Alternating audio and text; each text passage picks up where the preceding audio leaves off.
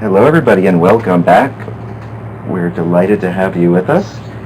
We're live here on Barrow, Colorado Island, and we are going to be talking about whether the forest is a sponge for our second session today and our third live from Barrow, Colorado Island here in Panama. We're at the Smithsonian Tropical Research Institute. It's what would you call the weather? A little bit balmy? Humid? What is the word? Humid. It's humid. In fact, our electronics equipment is covered in the same kind of beads of sweat as all of us are, but we couldn't be more excited to be with you. And you're looking out, and on the lower video, you're seeing what we're seeing from our seat. And in a moment, we're going to pan that camera around and meet our guests who are with us today, and I'll introduce them in just a second. But we are doing these sessions live because we want to interact with all of you. And to that end, I want to point out that on the lower left side of the screen, there's a chat box. You can use that chat area to type in questions or comments. They don't always have to be questions. We'd love to hear what you're thinking, what kind of connections you're making with what you're hearing today. And also feel free to interact with your fellow colleagues who are joining us from all over the world. So feel free to use the chat area on the lower left corner of the screen at any point. I also wanted to give you a sense as to where we are in the course of our conference today. We have our live session here from Panama. Then we're going to go back to Washington, D.C., where we're going to meet Ed Shipman, who is at the National Museum of the American Indian. And he's going to be talking about civic responsibility when it comes to water. In particular, he's going to be addressing an ongoing tradition in American Indian communities. And so you'll want to stay tuned with us for the next hour, and then we'll take a quick break, and we'll be back with that final session. So feel free to use the chat area right now. Let us know a little bit about yourselves while I let you know a little bit about the groups that make Shout possible. The Smithsonian is our host for the Shout online conference series, and we've been meeting people from across the Smithsonian. Many people don't realize how many different museums and units and research centers comprise the Smithsonian. But here we're at one in Panama that many people might not know about, so we're delighted to bring you some of the work that's going on here. Microsoft Partners in Learning is our sponsor as well for the Shout online conference series, and you can check out some tech tools workshops at shoutlearning.org that are also brought to you by Microsoft Partners in Learning. And Taking It Global is our other partner for Shout, and you'll find links to some great resources and virtual classroom activities going on at Taking It Global. Oh, and wanted to point out as well, thank you, Darren, that ShoutLearn on Twitter is a great hashtag to use as you go along. And you can also find us not only on Twitter, but also on Facebook. You can follow us as well at Shout Learning. That's the Twitter username for the Shout event. And Shout Learning is also where you'll find us on Facebook. Okay, good. We've got people joining us from Panama. Kelly, good to see you. We did hear the howler monkeys. Bright and early.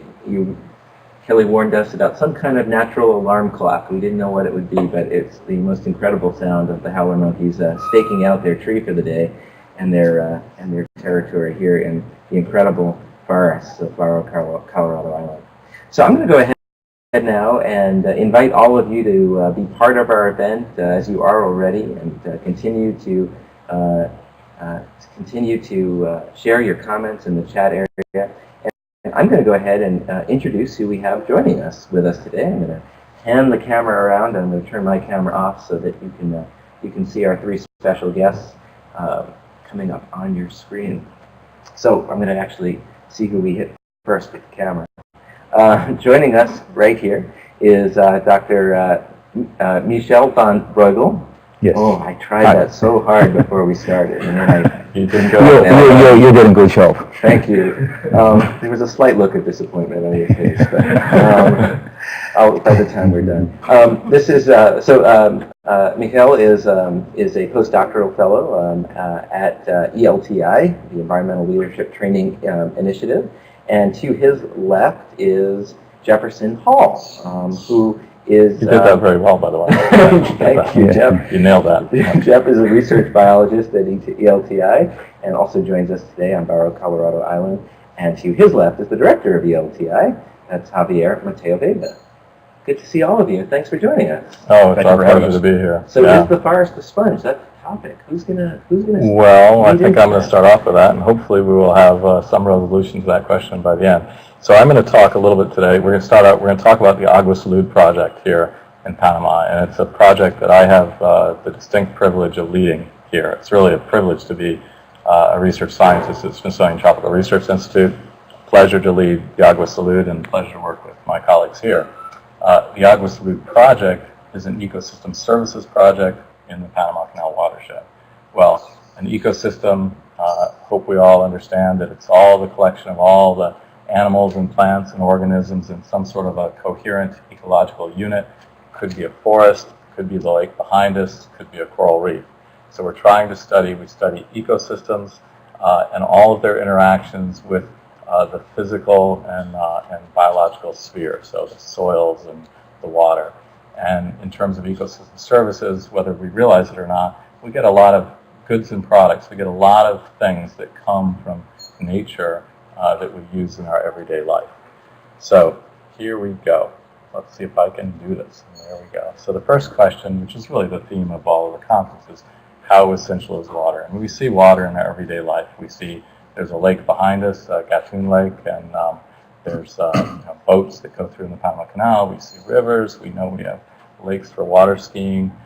Water is everywhere, but we really sometimes need to think and ask ourselves, is it really essential in our everyday life? And of course, little malfunction here. There we go. We use it for drinking water. It comes out of our faucet. We take it for granted sometimes for washing our vegetables and drinking. We use it for agriculture. In the upper left of your panel of the screen, there's a dam. That's actually Madden Dam here in Panama. Produces hydroelectric energy, which we often think of as clean energy. Those of us who are well, it's actually not me, but people who are fortunate enough to have a swimming pool or go to a public swimming pool, water's in our swimming pool. So it's really one of the fundamental molecules of life, and we use it not just to make life and for agricultural products in our bodies, but we use it for all kinds of different reasons. We have some questions. Was this where we're going to go to the poll, the first poll? Very good. We want to take a little bit of a poll from you and ask you all then how essential water is in each of these products. See if we can have some chime in. We'll see how we do. And you can check more than one. So water is essential to which of these products? Is it important for our iPod? Is it important for your cotton t-shirt? Bananas, teak, which is a nice timber tree, hamburgers.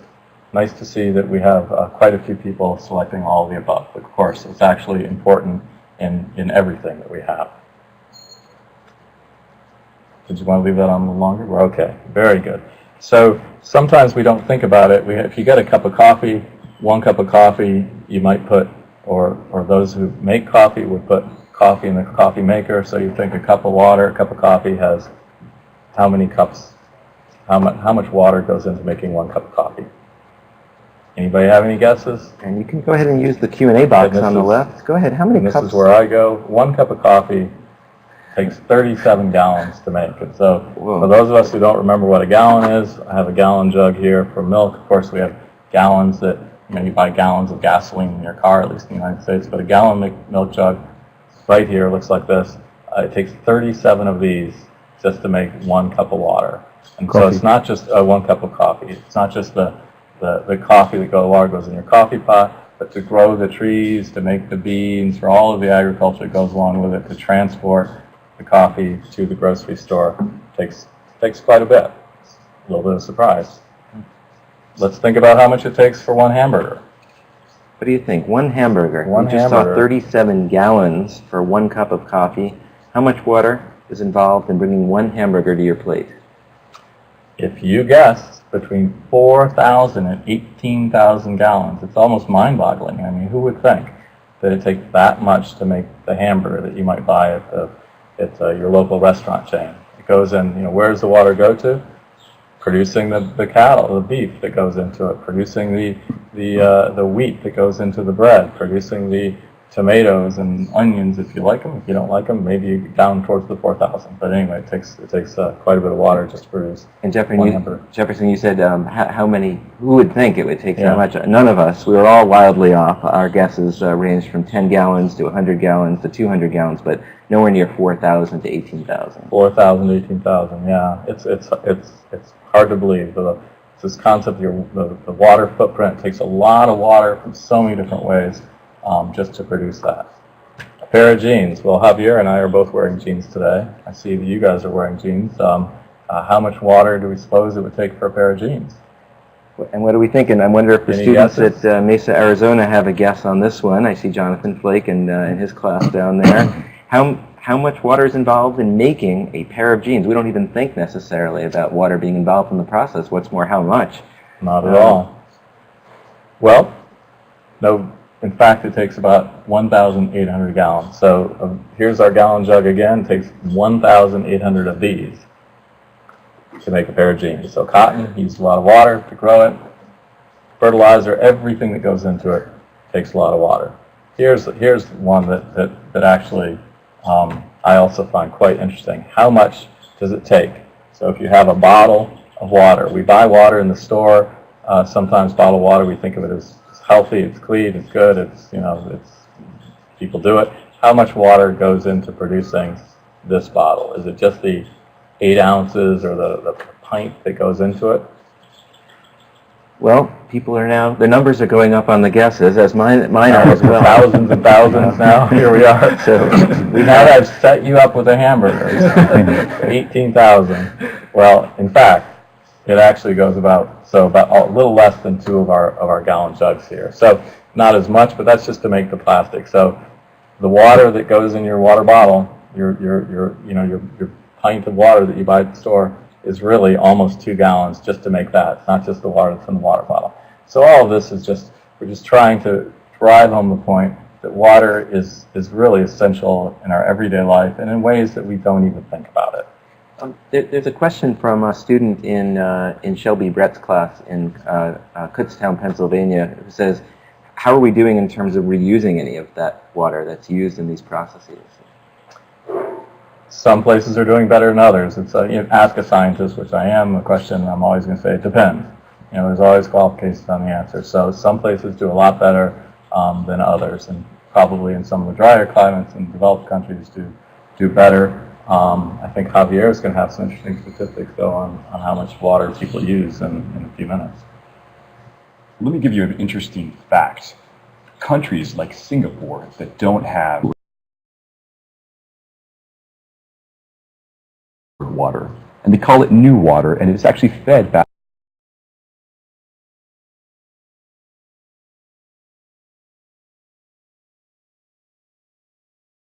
To reuse it. So here's our pop-up question we have. How many gallons of water are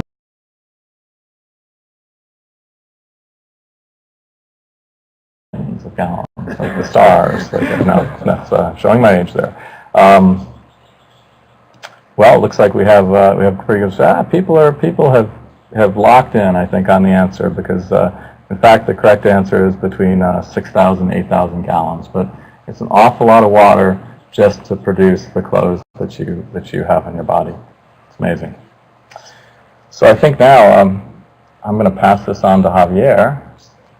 And is that correct? Great. You're going to Thanks, give us Jeff. a little bit more. So as Jeff mentioned, water is required for producing just about everything that we eat and use on a daily basis. But freshwater resources, the water that we need to drink, that we need to produce our food, is scarce. And we're going to continue to require more water as the human population continues to grow. Now, some of you may have heard that last year, around October of 2011, we hit a new record in time in terms of the population size, reaching 7 billion people on planet Earth. So to give you a sense of how many people it is, if everybody were to hold hands with their arms outstretched, we could circle the circumference of the Earth about 310 times.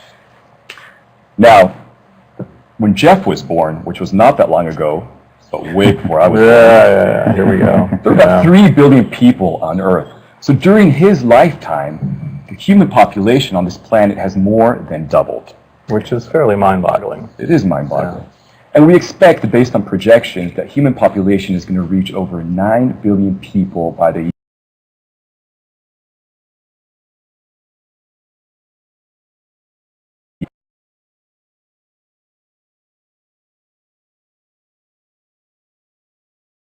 age of your parents, and around the time that Jeff is going to have a big head of white hair, Michiel probably won't have any hair. Or no hair, yeah. And the three of us will look like a nice collection of sun-dried raisins.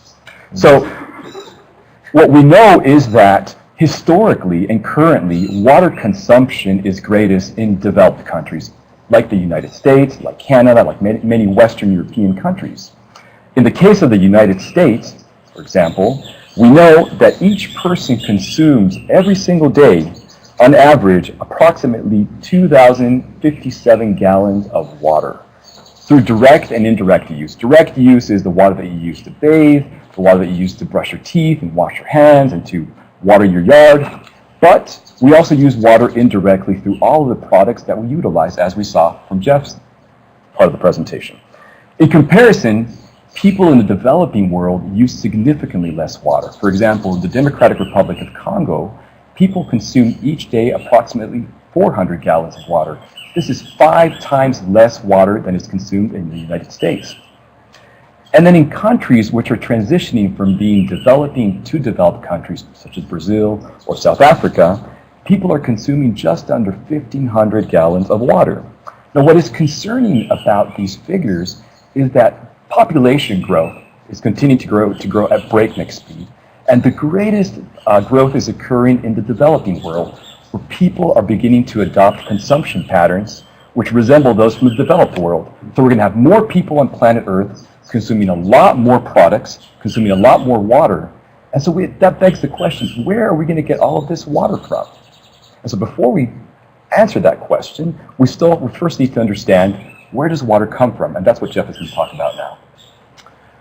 Yeah, I mean, water doesn't just come from the bottle and from the store, and it doesn't just come from the tap. I mean, it comes from somewhere. And that is part of the question. It's not so much where it comes from, but understanding the hydrological cycle and how it interacts with tropical rainforests. That's a major focus of some of our research here. So just to review a little bit about the hydrological cycle that we have here.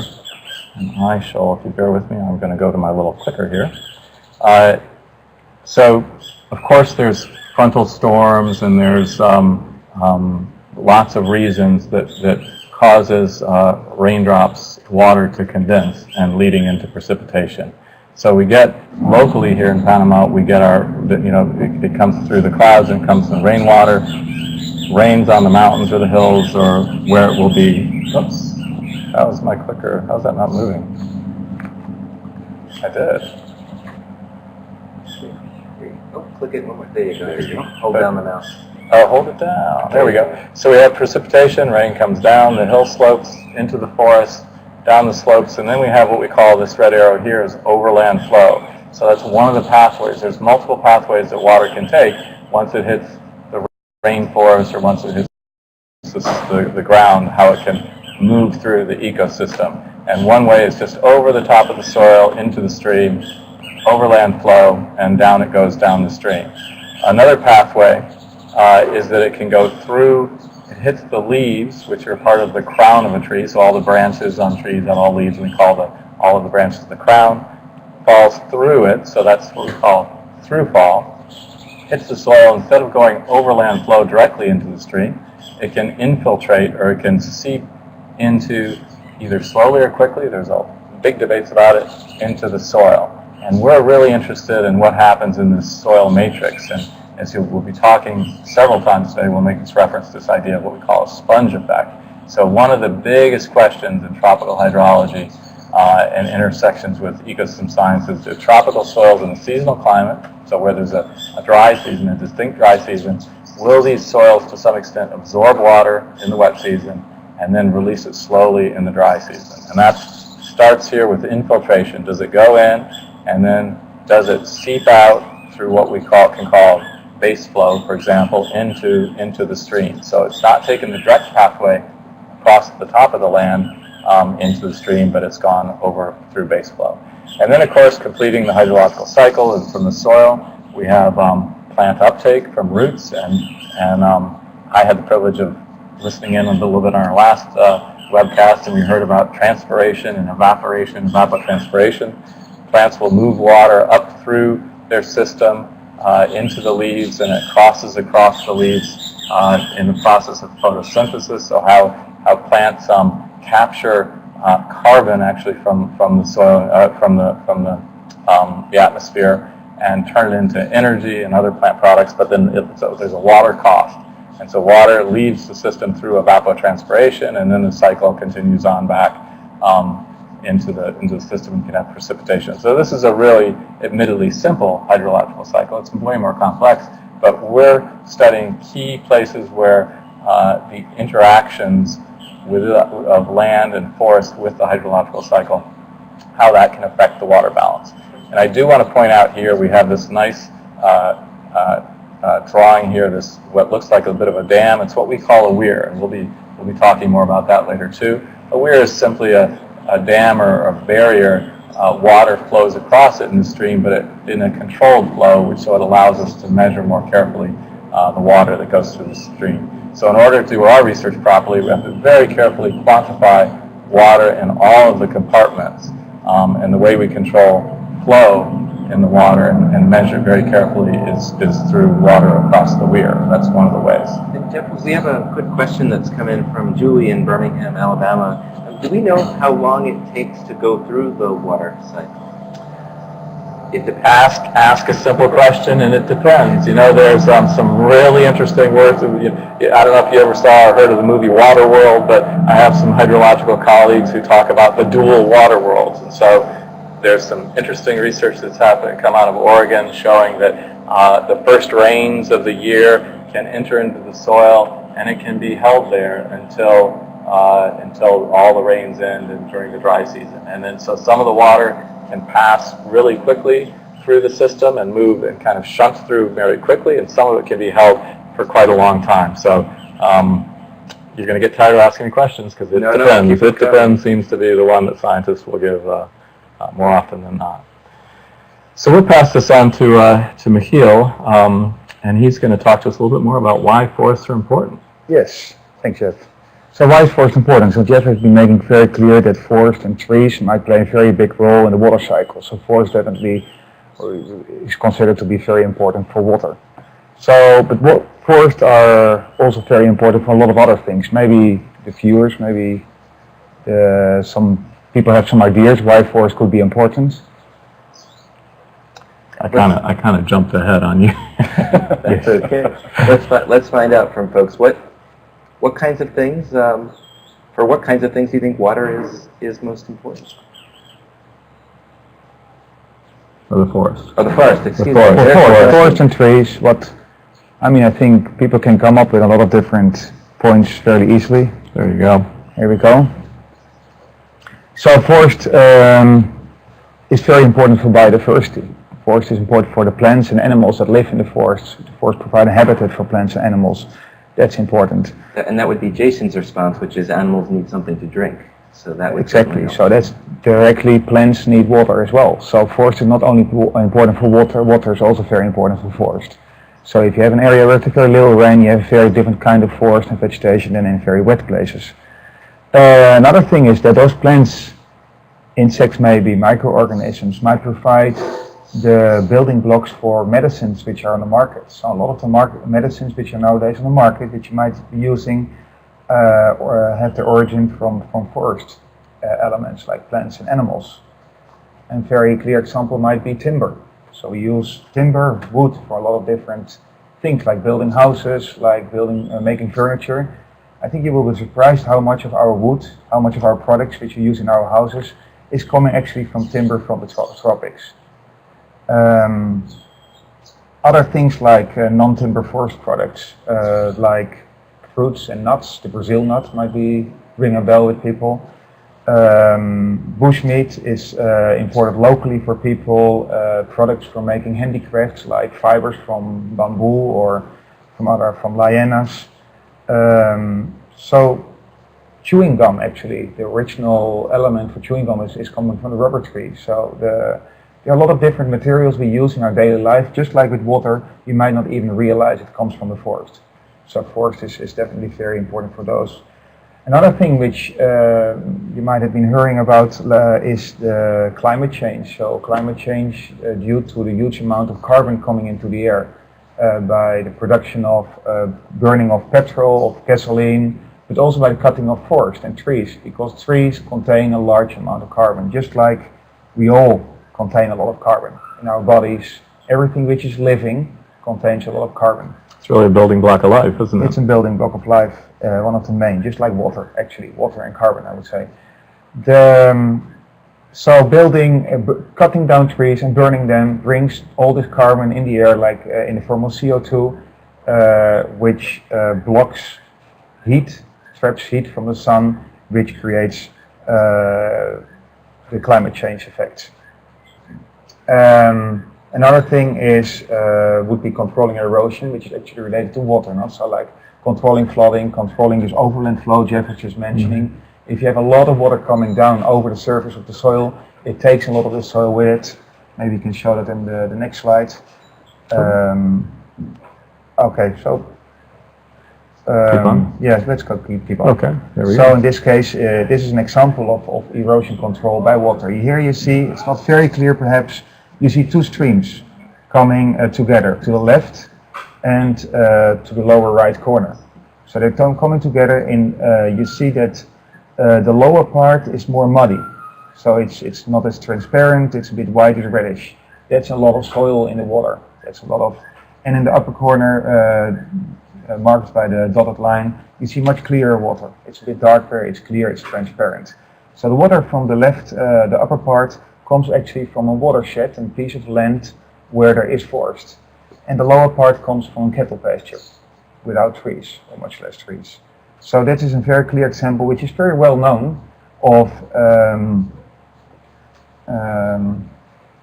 trees and forest functioning as preventing erosion. That's so that's an important thing. What we know much less about, and what we are really focusing on in our research, is the sponge effect that Jeff was just mentioning. So in the tropics, many parts of the tropics, even the very wet tropics, many people may think about tropics, a lot of rain. In most part of the tropics, there's a very distinct dry season, so without or with very little rain. So this is a photo, you see now a photo of the Gatun Lake, which is actually the lake behind us. Maybe you can zoom in on that part. So look at the contrast between the photo on your screen and what you see from the Gatun Lake. It's more or less the same part of the lake. The Gatun Lake is an artificial lake which was created for the canal, Panama Canal, for the operation of the canal. And it was made by inundating a large tract of forest, basically. So those trunks of trees, which are kind of 100 years old, normally are below the water, as you just can see from the video there. And now in this image from a couple of years ago, it was so dry, there was so little water coming in to the lake from the rivers, that the water levels dropped dramatically, and you can all see all those lakes. So part of the importance is the importance of dry season water, right? Yes, so the dry season, it's really thought that, and that forests play a very big role in maintaining water in the sea from the wet season in the system and releasing it slowly later on. It's also, the other side of the coin, important by maintaining water in the system and by using it. So trees, as Jeff explained, taking up water and evapotranspiring it. They're controlling runoff of water, so they help water better infiltrate in the soil. So all that helps not only to have water in the dry season, more water in the dry season, it would also help of controlling, having all that water from all those huge rainstorms coming into the rivers and to the canal. And once in a while there's so much rain that it leads to very heavy flooding. It's not occurring every year, but once in a while. So in the tropics there's a lot of deforestation going on. One of the big worries is that deforestation leads to less control of water in our system. So that's why we consider water to be very important.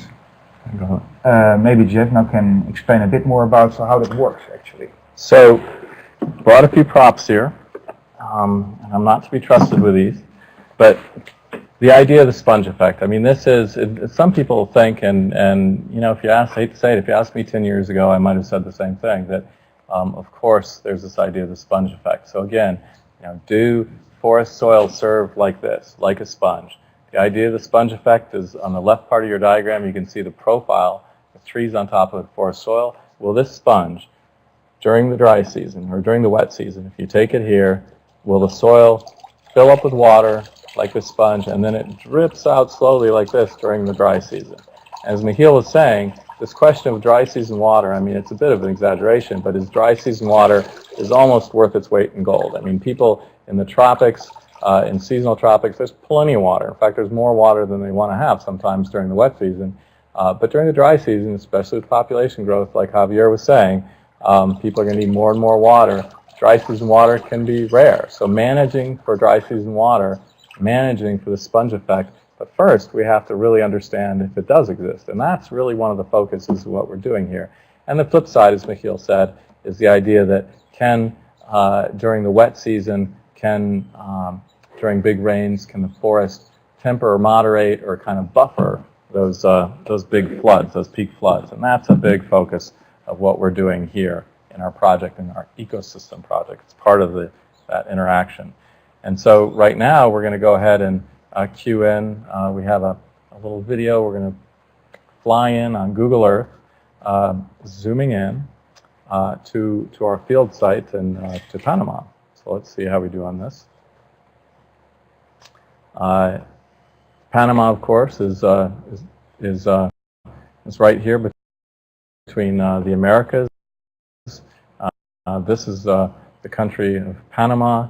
We are the land bridge between South America and North America, and focusing in here onto our Agua Salud focal research site.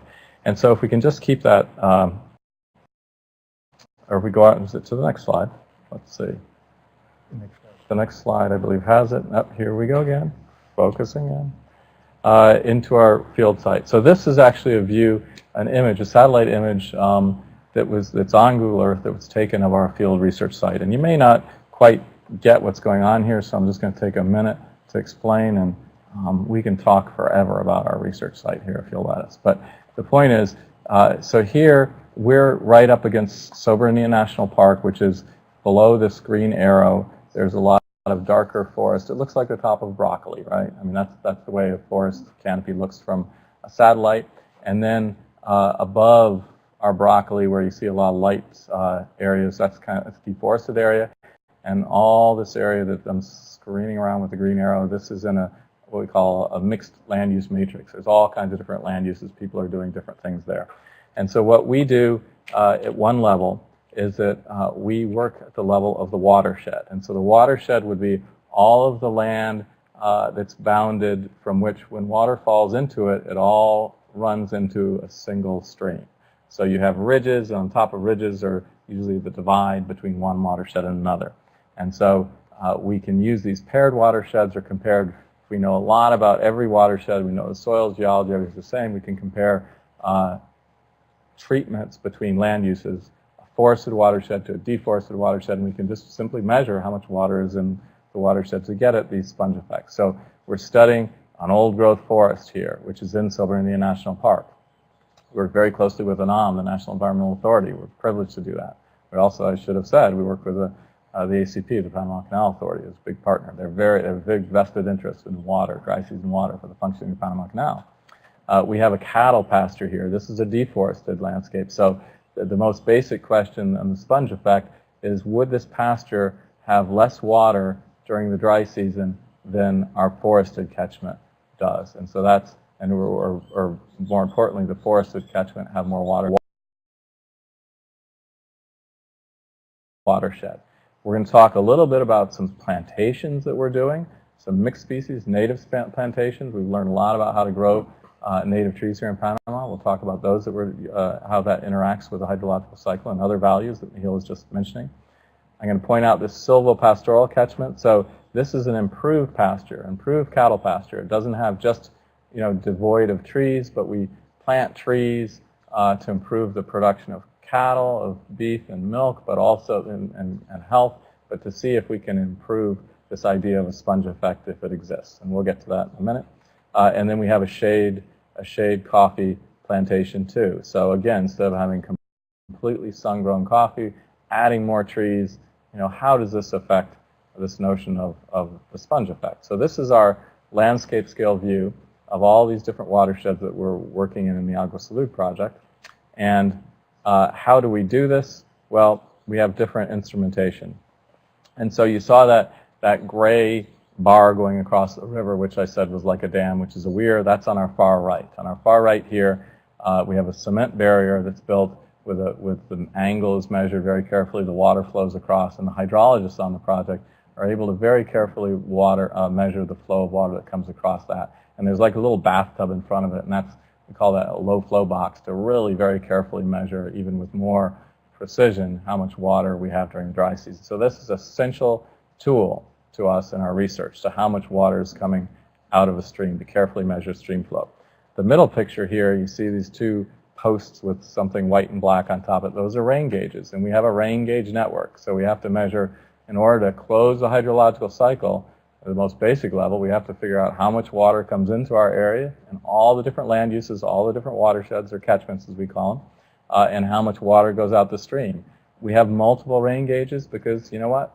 Just like our computers here in Panama can fail because of too much humidity, well, the rain gauges can fail because of a variety of reasons, including ants building nests in them. So we have an array of rain gauges so we can be very careful and measure all the water comes in to our different system. And on the left is one of our meteorological stations, and it's the full-on sophisticated equipment where we can measure wind speed and radiation, how much sun comes in and the kind of light, and evaporation.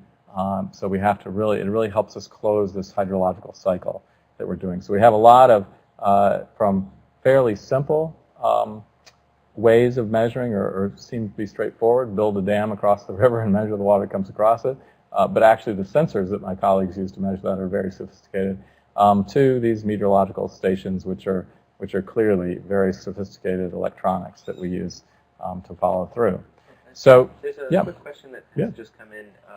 You have a participant asking, how much water do trees take in and release during the dry season? Altogether now, it depends.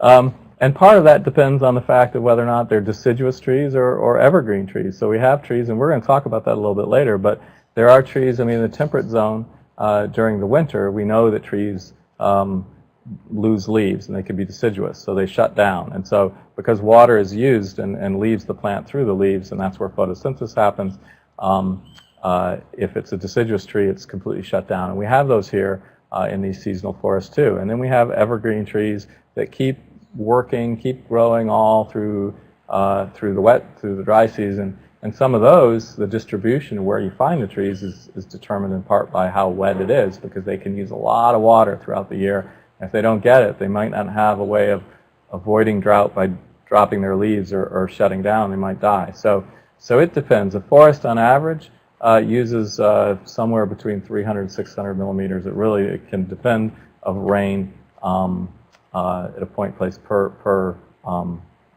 year. So the forest can chug along and uses quite a bit of water. So I hope that answered the question. The issue about the sponge effect, I'll get back to that a little bit, is this notion of, and this is we started this project 4 years ago, big unanswered question. You have tropical hydrologists that were almost putting on the boxing gloves and going at that. I'm for the sponge, I'm against the sponge, does it exist? In our catchments, I pointed out the cattle pasture, which is a watershed, and the forest on the right. And you can see below there are weirs, a dry season weir. You can see there's very little water coming out of our pasture relative to the right, a forest, which has a lot of water coming out during the dry season. This represents dry season flow. We are confident that at our land now, after 4 years of measurement, plus some measures done by one of our team members during the 1990s, we have had a consistent sponge effect every year.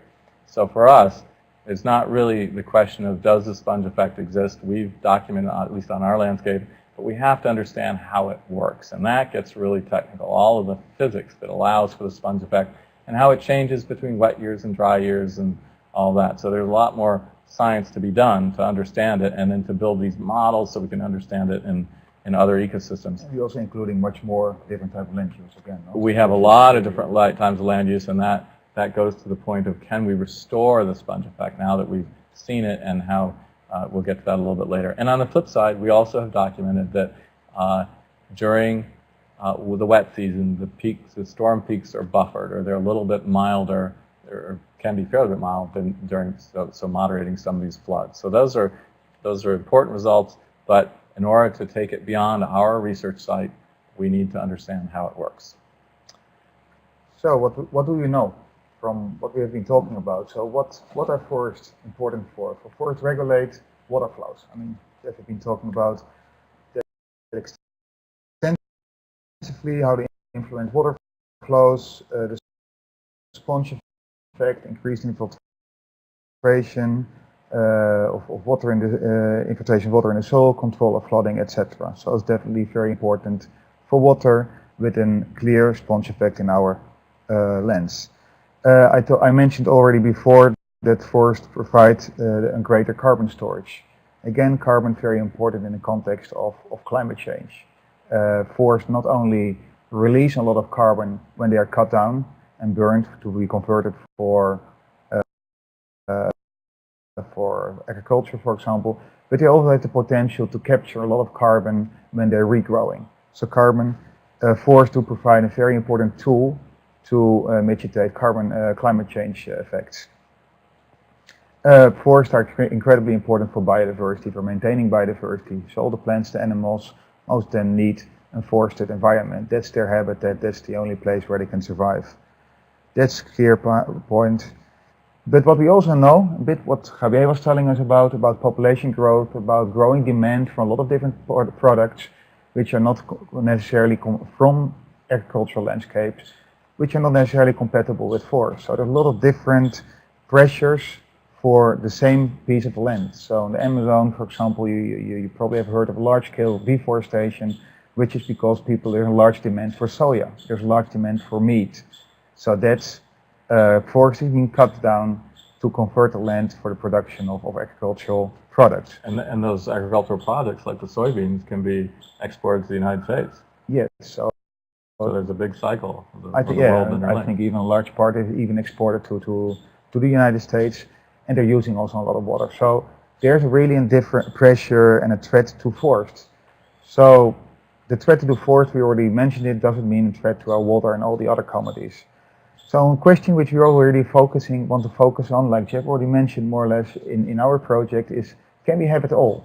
Can we combine these different services and the different goods, the different objectives we have? Can we combine it in a single landscape by just being a bit smarter in the way we manage the landscape?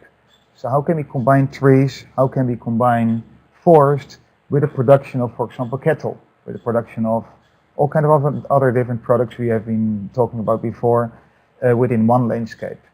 And how can we, in that way, have water, biodiversity, carbon, timber, meat, etc., all produced in the same landscape?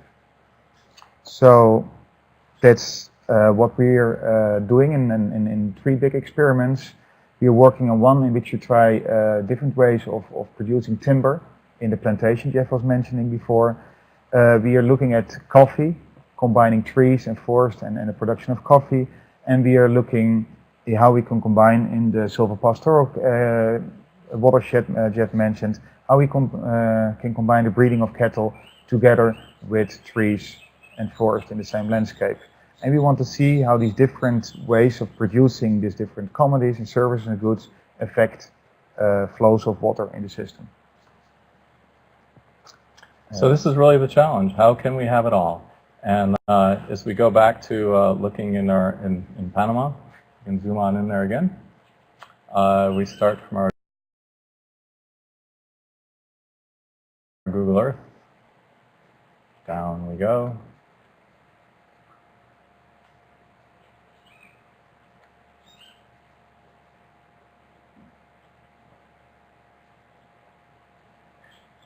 So again, we're coming from outer space. We're starting in looking at Panama on this Google Earth image.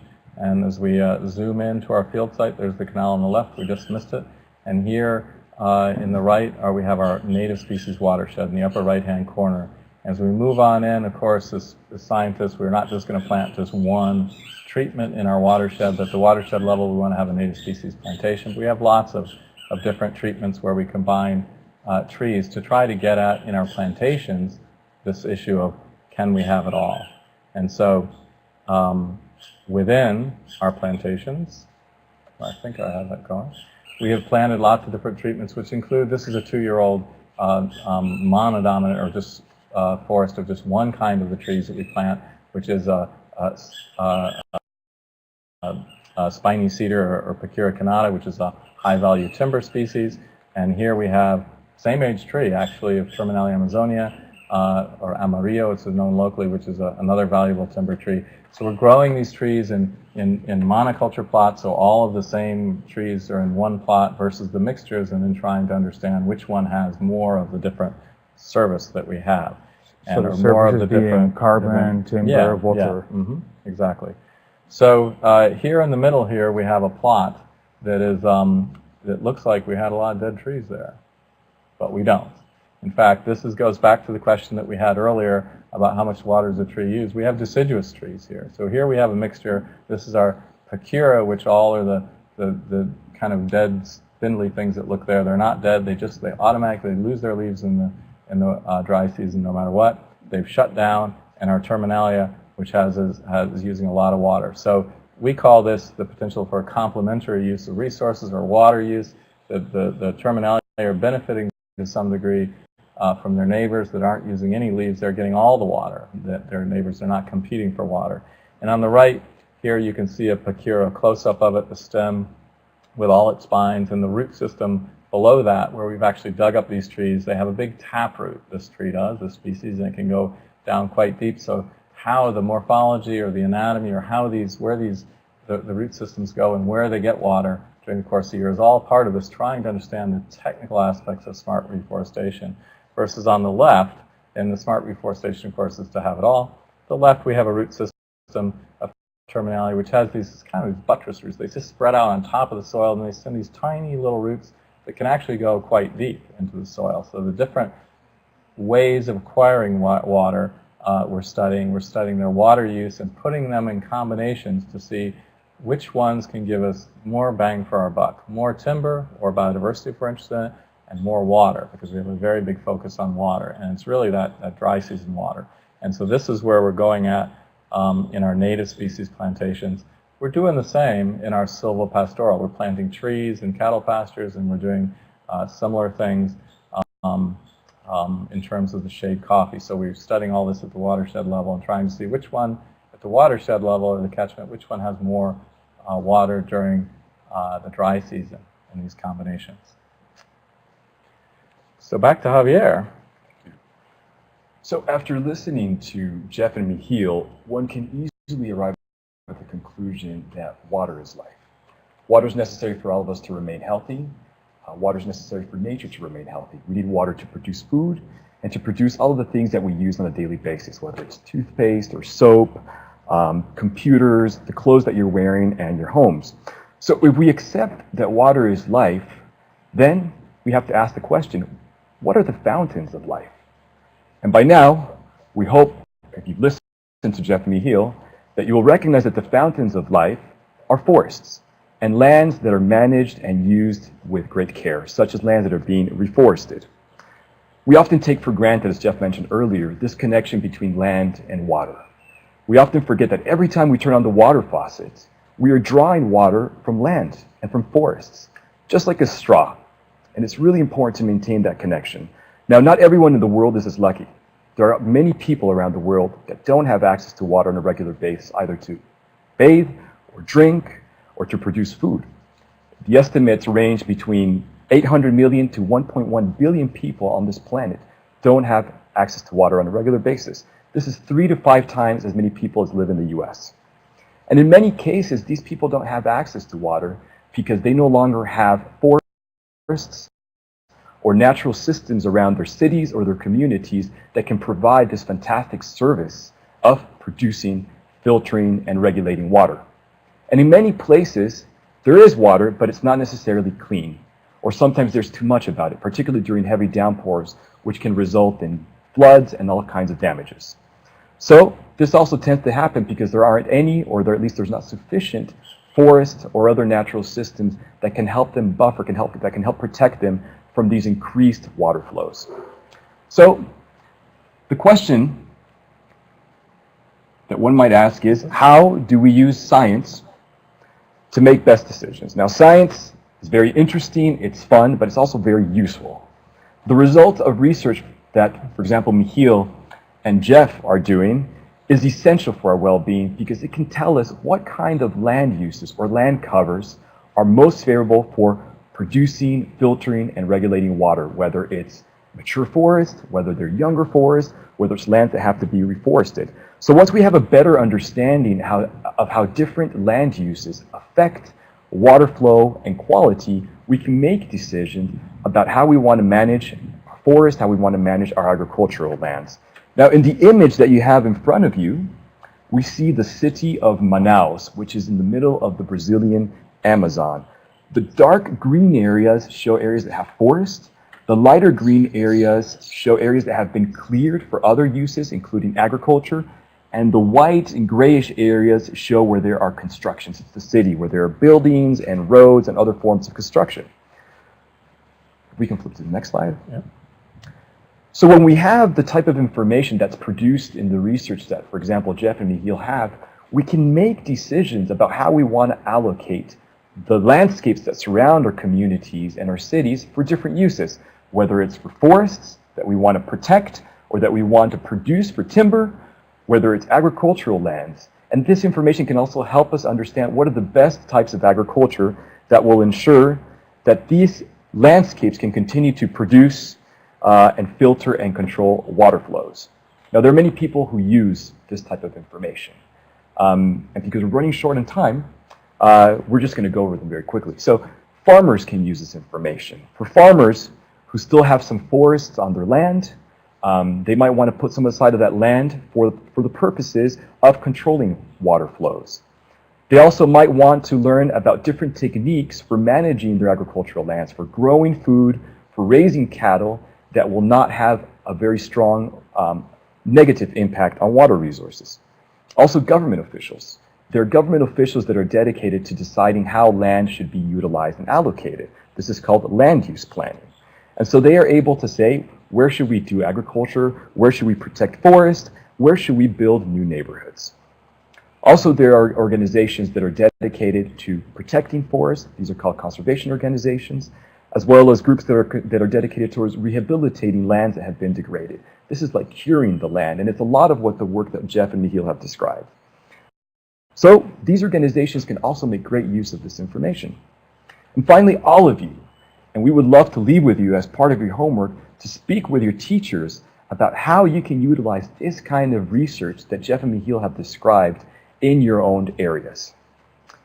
So some things that you can do about it, just very quickly. Well, we hope that all of you will have a great interest in science and will become scientists, and that you'll be able to eventually move on and find creative ways to manage lands, to manage forests, so that we can continue to have good quality water and the right amount of water at all times during the years. This is particularly important as the human population continues to grow.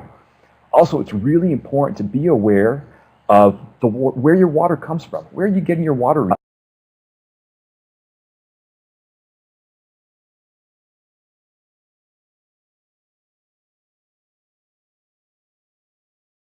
At home, at school, or at work, in order to reduce the amount of water that you're consuming and in order to better manage the landscape that surround your cities and your communities.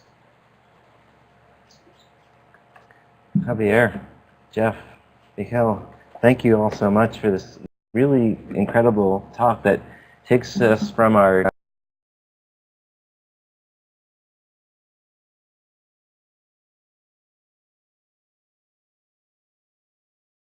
on us. It's amazing to have the backdrop that we do have. Uh-oh, Jeff is squeezing the sponge. I'm getting a little bit It's worried. all about the sponge. Oh! Oh! Don't worry, guys. I'm not going to get you. Oh, but I'm going to get you. Oh, he's been waiting to do that for years.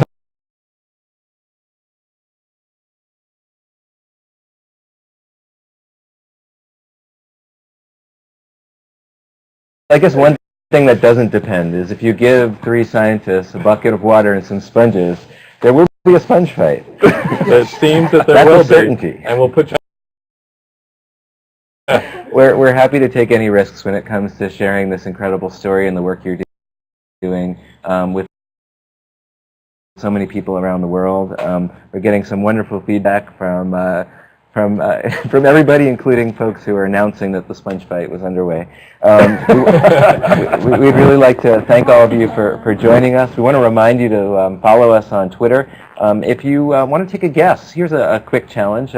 Take another item that's sitting around you in your home and try to figure out what its water footprint is, how much water it draws from the environment, and post it with the Twitter hashtag #ShoutLearn so we can follow what you're doing. I think just the very act of understanding the impact that we have as individuals sounds to me like one of the very first steps we need to take, as you all pointed out, in understanding what problems can ensue and what we can do to be at one with our environment. So thanks to everybody. We're going to take a break of about 1 hour, and then we'll be back with our next session. We'll be going live to Washington, D.C. We'll be meeting with Ed Shupman, who is from the National Museum of the American Indian, and he's going to be talking about an ongoing tradition in American Indian communities about how people are caring for the environment. Specifically, you're going to meet some Native Americans who are doing some very interesting work as it relates to water quality and water quantity. So stay tuned. We'll be back in this very room in 1 hour.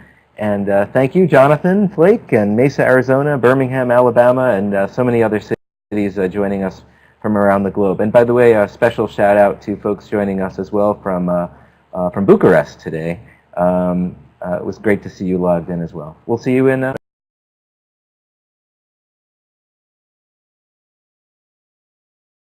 Thank you all. Really great. Well done. The sponge fight, you like Great. that? The whole thing. I wasn't going to do it.